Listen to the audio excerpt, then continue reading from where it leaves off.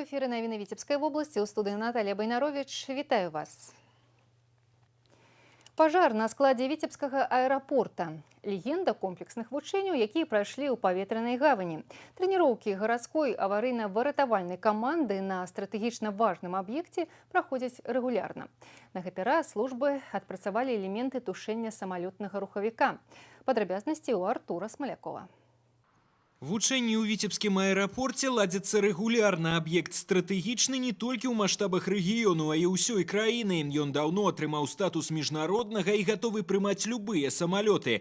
Праз віцебскую паветраную прастору праходзіць некалькі міжнародных маршрутаў. За паўгода паветраная гавань паспела прыняць каля 200 чартарных рэйсаў. Турцыя, Балгарыя, пасажырапаток сур'ёзны і дзеянні ў надзвычайнай сітуацыі павінны быць дакладна адпрацаваны. Сборщики на позициях. Начинаем пенную атаку.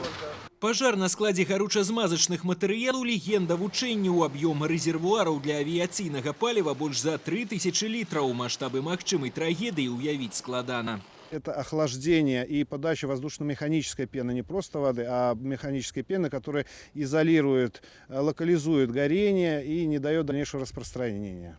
ГСМ или горюче-смазочных материалов всегда они горят с большой температурой, сопутствуется взрыв.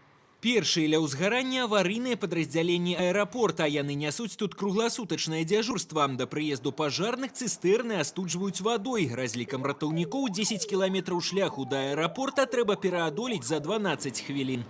Мы уложились, почему? Потому что было еще не самое пиковое время. Из 6 водителей только 2 уступили дорогу, как положено. Несколько водителей просто нас подрезали. Апошні этап вучэнняў тушэння рухавіка самалёта. У авіяцыі выкарыстоўваюць сплавы металу, якія гараць так, што вадой не патушыць. Патрэбна асаблівая пена, якая не дазволіць кіслароду паступіць да вогненнай паверхні. Некалькі хвілін і пажар у мінулым. З усімі задачамі аварыйныя службы справіліся паспяхова. Наперадзе дэталёвы разбор палётаў. Артур Смаляков, Ольга Маслоўская, Александр Петровецкий, Леонид Табола. Новины Витебск.